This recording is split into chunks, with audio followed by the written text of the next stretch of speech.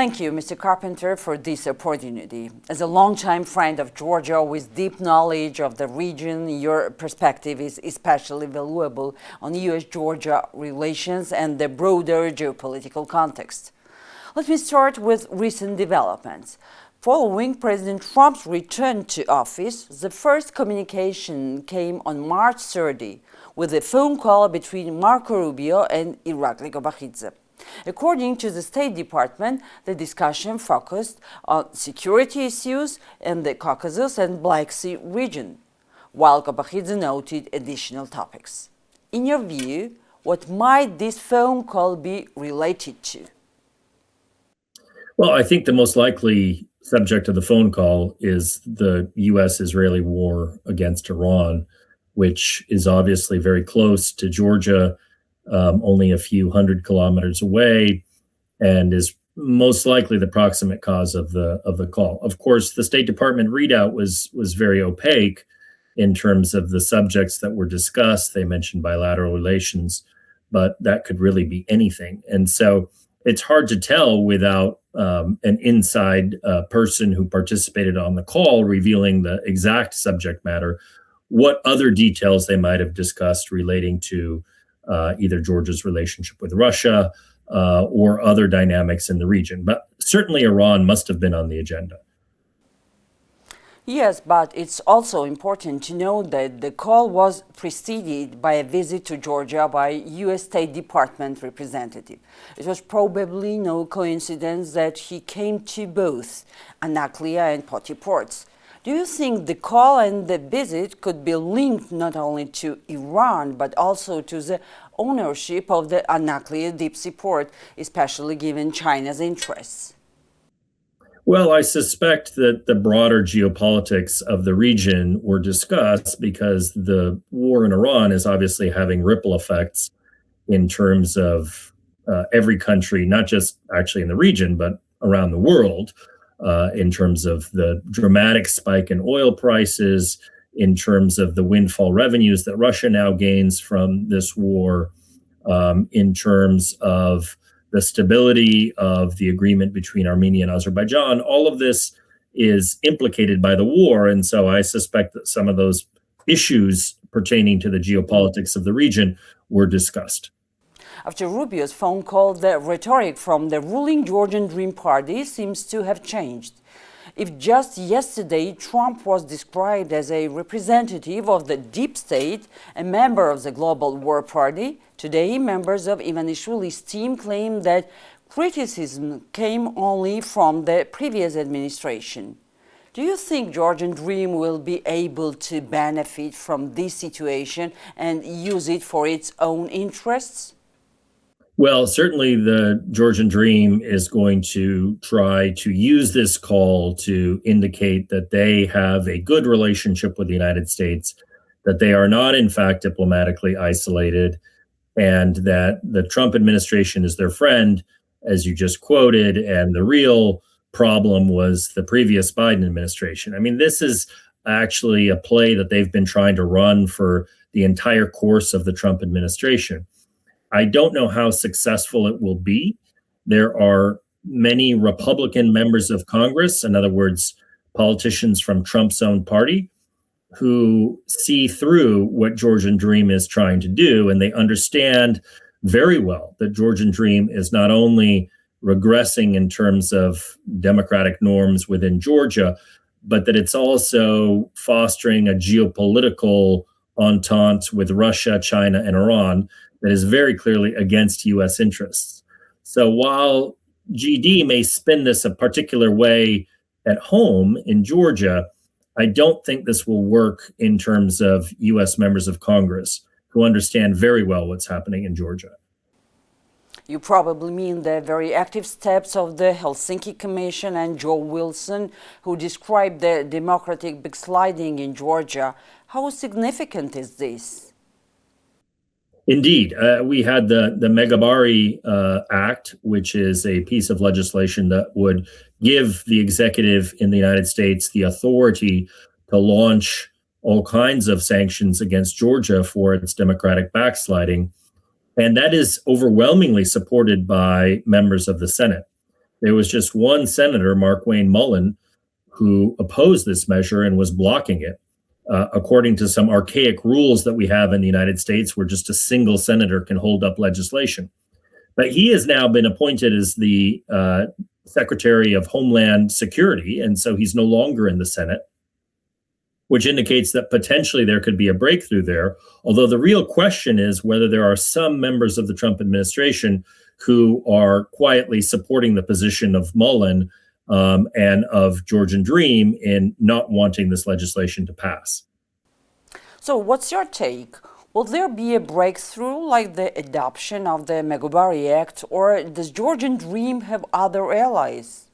I'm pessimistic that it'll pass before the midterm elections because I think there are some folks in the White House that are, as we say in colloquial English, slow rolling this legislation. In other words, pretending that there is support, but in fact, ensuring that there is a limited amount of opposition, just enough to prevent the bill from being passed. But perhaps after the midterms, depending, of course, on the results, you could see that that there would be more momentum behind the bill, because very clearly, as I said earlier, Georgia is aligning itself not just with Tehran in the past, but very importantly with Russia and China. At a time when Iran and China pose key challenges for the Trump administration and are seen as partners of Georgian Dream, Georgia is sliding toward dictatorship, with rising political arrests, including opposition leaders Elena Khoshtaria, a mother of four, journalist Mzia Maglobeli, Nik Amelia, Levan Khabeishvili, famous singer Bahata Buchuladze, as well as actors, brave young people. How acceptable do you think Ivanishvili's pro-Russian policies are to the Trump administration? Well, that's a very key question, and it's very hard for me to answer it. I wrote an article a few weeks ago where I called the U.S. the world's post-liberal superpower, by which I mean a country that is no longer the leader of the free world and is no longer interested in supporting democracies and countering autocracies around the world, but a much more transactional government that is animated by an illiberal domestic philosophy and that actually is seeking rapprochement in certain ways with both Russia and China and other great power rivals. And so it remains an open question whether the Trump administration will take a stand against Georgia's democratic backsliding, which, as you've described, is accelerating at a very rapid pace. And members of civil society, journalists, students, and others are being intimidated and repressed. So it's an open question whether Trump will side with those who are being repressed and demanding their fundamental freedoms, or whether he'll side with the government. I can say this, though. The United States, at its core, remains a country that cares about liberal democracy. And so regardless of where the Trump administration is for the next few years, you do have members of Congress, as I mentioned before, on both sides of the aisle, both the Democratic and the Republican side, who want to be able to support countries like Georgia, which was once a frontline democracy and is now, frankly, drifting further and further into the authoritarian orbit. That should be something that is seen as against the U.S. national interest. And so I hope that at some point there will be enough momentum to reverse some of this dangerous rapprochement with authoritarians that we see under the Trump administration. Let me specify. If the United States were to need Georgia's support due to tension with Iran and Georgian Dream attempted to bargaining this by requesting the lifting of sanctions, would such a compromise be possible with Washington today? Well, I think at the end of the day, the United States doesn't really need Georgia to be able to prosecute this war in Iran. I think at this point, the Trump administration is looking for a way to withdraw the U.S. I think they understand that they have bitten off more than they can chew, and that, in fact, the war is not going very well. And you have now the Strait of Hormuz, which is effectively closed to most traffic, which was open before the onset of the war. And that is a geopolitical catastrophe, as well as a geoeconomic catastrophe, not just for the United States, but for the entire world. And so I think at this point, the Trump administration is trying to figure out a way to extricate itself from this war, but they don't want to be seen as surrendering, and they can't really leave so long as the strait remains closed. But I don't think they need the Georgian government for this. I think they just need to be able to find a way to sell this to the public here in the United States, which is going to be, frankly, very difficult. But it's a problem that is much larger than just Georgia and the United States. Yes, definitely. This is part of a larger geopolitical game. Since you mentioned the Strait of Hormuz, one of the world's key oil routes, let me ask about Donald Trump's new approach. He was calling on the UK and European countries to ensure the reopening and security of the strait themselves. In your view, what would be the right course of action for Europe? Where is the reasonable solution? Well, it's of course understandable that our European allies, who were not consulted in advance about this war and who likely would have opposed it if they had been consulted, notwithstanding the fact that the entire world is largely happy to see the supreme leader, the previous one, deposed. He was an evil man and did a lot of evil things. And so nobody is crying about the fact that the regime has been taken down a few notches, but the situation is fundamentally worse from a strategic sense today than it was 5 weeks ago, precisely because the strait is closed. So you can't blame our European allies for not wanting to get involved and take on tremendous risk for their ships and other assets that they might deploy to the region, just simply because the US president has decided to launch this war. Eventually, they will have to find a solution to keep the strait open, but that's likely to involve diplomacy more than anything else. What do you think about the formula, Hormuz in exchange for Ukraine? That is, if Europe helps the US manage the Hormuz crisis, would Washington in return provide stronger support to Europe in Ukraine? Well, I think that's a little bit of a fantasy. It's frankly in the United States' interest to support Ukraine, as we did in the last administration. And this administration is opposed to supporting Ukraine for its own ideological reasons. Again, I would advocate that that is a result of their post-liberal or illiberal character, that they are now seeking a reset of relations with Russia. And so I don't think that a Hormuz for Ukraine trade is something that can easily be made. And I don't think that the Trump administration would really live up to its promises to Ukraine. And furthermore, a lot of the capabilities that Ukraine needs most from the United States, especially Patriot interceptor missiles, are now in very short supply, because so many have been expended in the war in Iran. So I have a hard time seeing how such a trade could possibly be realized. And I think that the Trump administration would probably not deliver on its end of such a bargain in any case. Now let's move to sanctions. Before Rubio's call, we saw that the sanctions package adopted under President Biden was extended by Trump. And this also applies to Ivanishvili. As a former member of the previous administration, you are well aware of this. What does the extension of these sanctions mean, and how painful could it be for Ivanishvili? I'm referring to Executive Order 14024, which has been in force for 6 years against harmful Russian influence. Yeah, so it's the authority that's been extended, not the individual sanctions themselves. Of course, the sanctions remain in place thanks to the authority. So the executive order, as you mentioned, has been renewed. That doesn't preclude the administration from taking action on individual sanctions within this authority.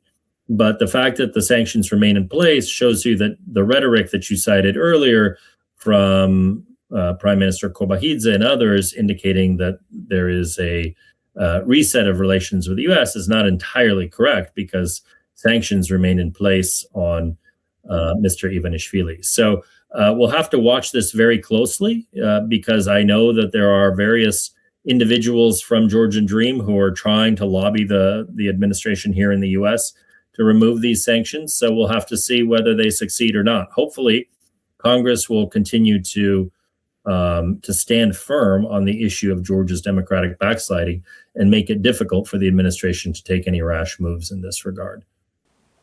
Who are the lobbyists for Georgian Dream, and who is helping Ivanishvili in the White House? Well, because I'm not part of that world, I can't tell you who they are or how they operate.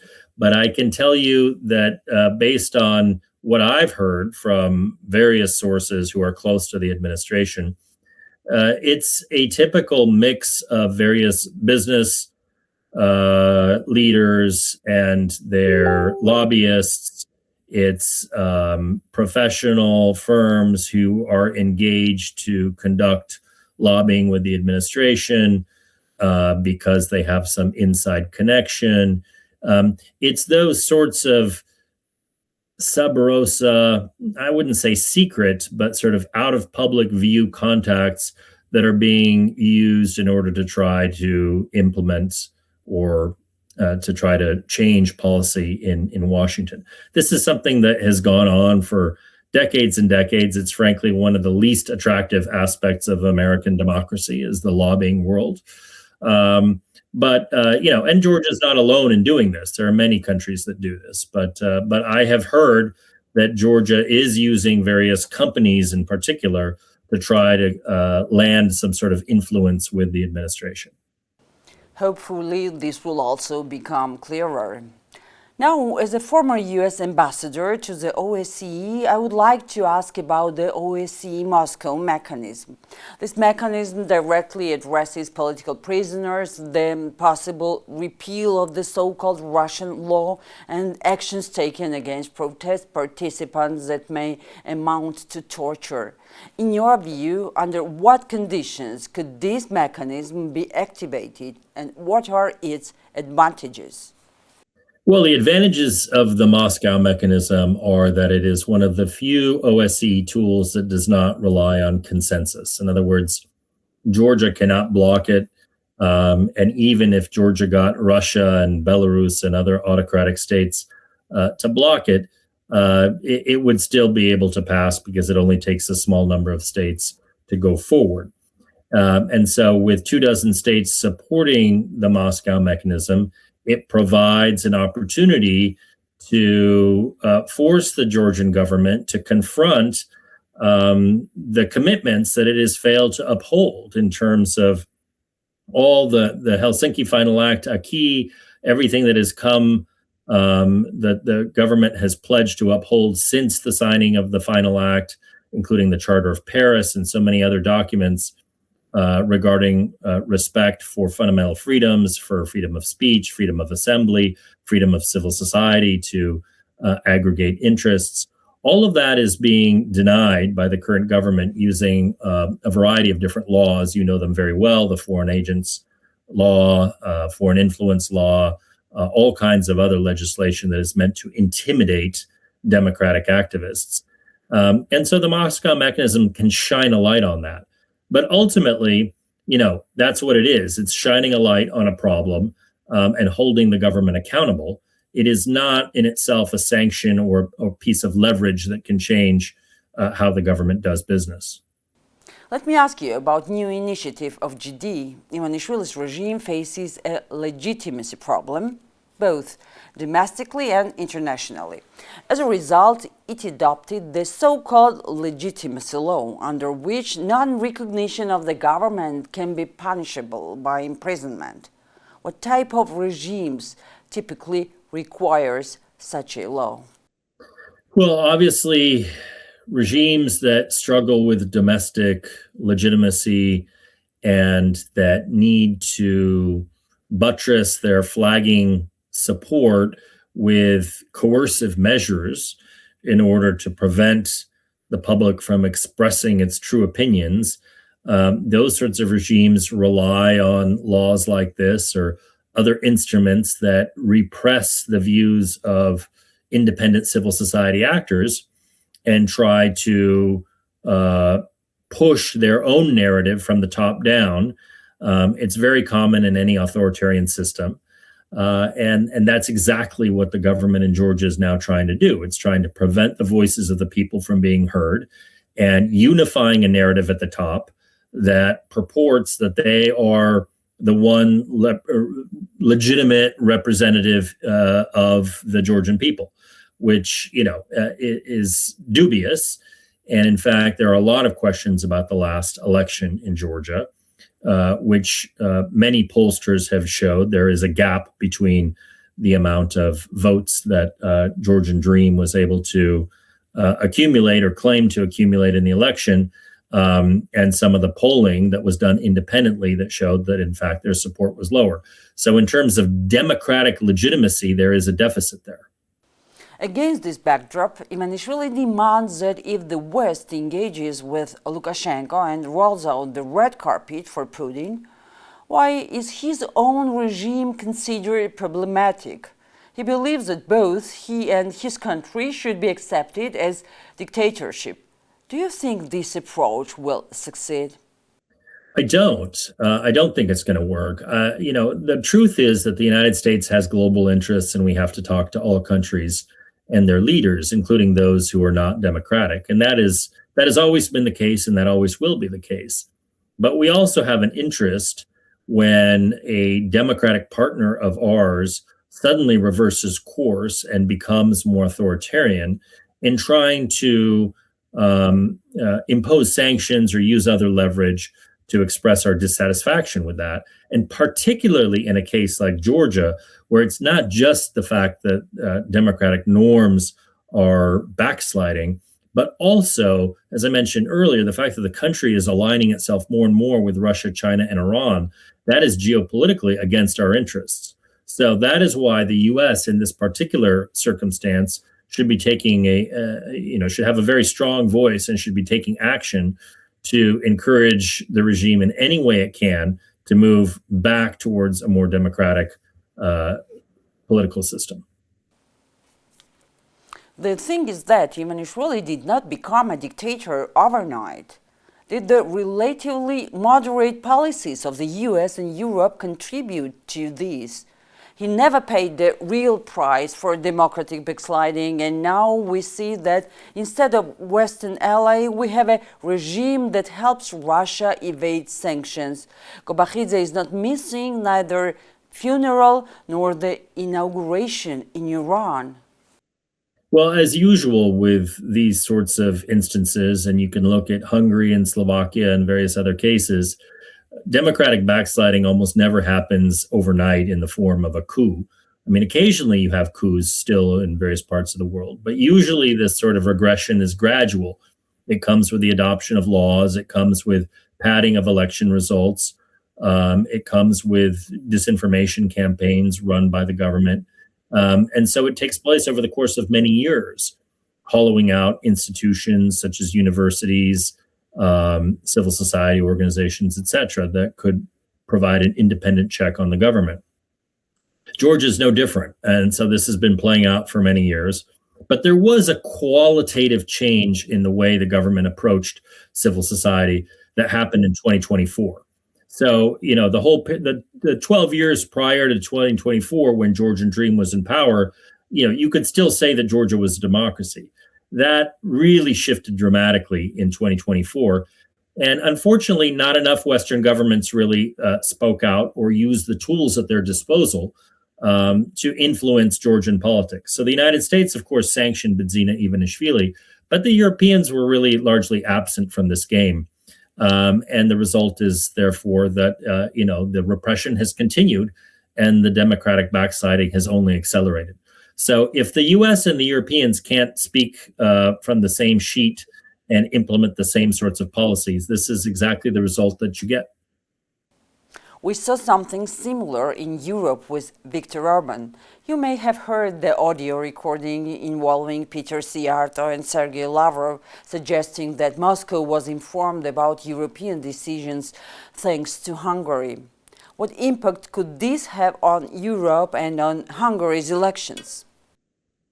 Well, not only has there been information about conversations between Lavrov and Szijjártó, but the Insider has also done tremendous reporting that shows that Lavrov was actively lobbying Szijjártó to remove sanctions on people like Alisher Usmanov, and that Szijjártó was essentially doing Lavrov's bidding in this regard. So this is really disturbing to see an independent country, prominent member of NATO in the EU, essentially taking orders from Russia's foreign minister. It's a very bad look, but it's also, it's not too dissimilar again from the sort of rapprochement that we see happening between Tbilisi and Moscow. I mean, the same thing has been happening between Budapest and Moscow now for over 10 years.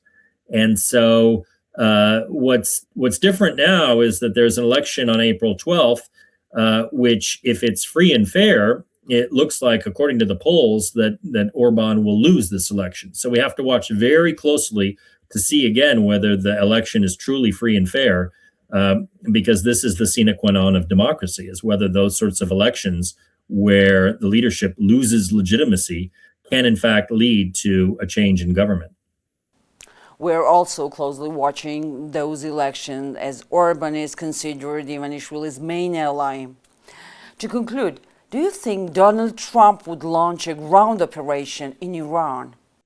That's impossible for me to say because I can't truly get myself inside of Donald Trump's head, and I don't know what he will choose to do. He has backed himself into a corner strategically such that he now thinks that he needs to escalate in order to open the Strait of Hormuz. But if he puts ground troops into Iran, he's likely to, the United States, unfortunately, not Donald Trump at all, not him personally, but the United States is going to suffer casualties and tremendous, I think, losses, both financially in terms of equipment, in terms of our troops. And so there's a tremendous risk there. And I hope he doesn't do it, but he may feel like he needs to because his war is not achieving strategic success, just the opposite. It's resulting in a geopolitical catastrophe with spiking oil prices that are affecting countries all over the world, from Vietnam and Indonesia and Japan all the way through to Europe and Latin America. So he now has to do something, but hopefully cooler heads will prevail and he won't put ground troops in Iran, because doing so would be, in my view, a catastrophe. I think it would be just tremendously risky. Would that pose a greater risk than the wars in Vietnam, Afghanistan, and Iraq? Well, Vietnam, Afghanistan, and Iraq were all cases of U.S. interventions that were strategic failures that resulted in tremendous loss of both financial and human resources, blood and treasure, as we say. And ultimately failed to change the regime of those three countries. And I think Iran, I think initially Trump thought that he could effectuate regime change, and he was very successful at taking out a lot of the top leadership. But what he didn't realize is that that will not alone create regime change, because Iran has such a system of governance that eliminating a few people at the top does not fundamentally change the character of the regime. And that was folly on Donald Trump's part, because a lot of people predicted that precisely this is the situation that we would be facing.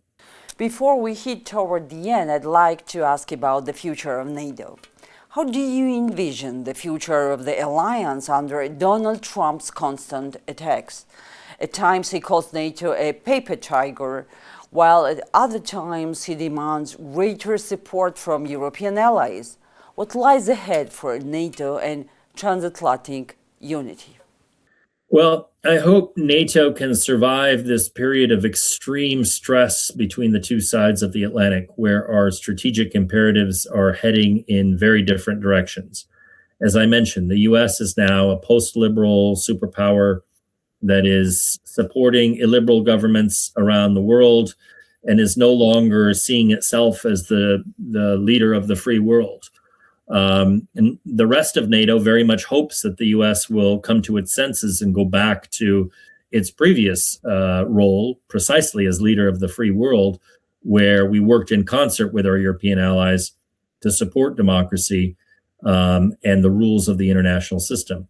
Right now, both sides are de-risking from each other, especially the Europeans. They're de-risking from the United States in terms of their energy dependency, especially in terms of LNG. They're de-risking in terms of defense procurement from the United States. And they're de-risking in terms of trade with the United States, trying to seek alternative markets for their goods, including China. So the question is whether this de-risking will eventually result in decoupling, or whether we can sort of muddle through the next 2.5 years, and then a new US administration can try to reset relations with Europe that will be more in line with what we've known since the end of the Second World War, which is a very strong alliance based on values. And finally, I want to ask you about the US ambassador to Georgia. The position has been vacant for a long time, now for the second time. Does this reflect Washington's attitude towards Georgia? I don't. We have, I think, 85 vacancies of ambassadors around the world, and it's just clearly not a priority for the administration to appoint ambassadors. They have other things on their mind, and so we don't have an ambassador to Germany, So we don't have an ambassador to South Korea. So it's a global problem. It's not just a problem of Georgia. Thank you very much for this insightful conversation. My pleasure.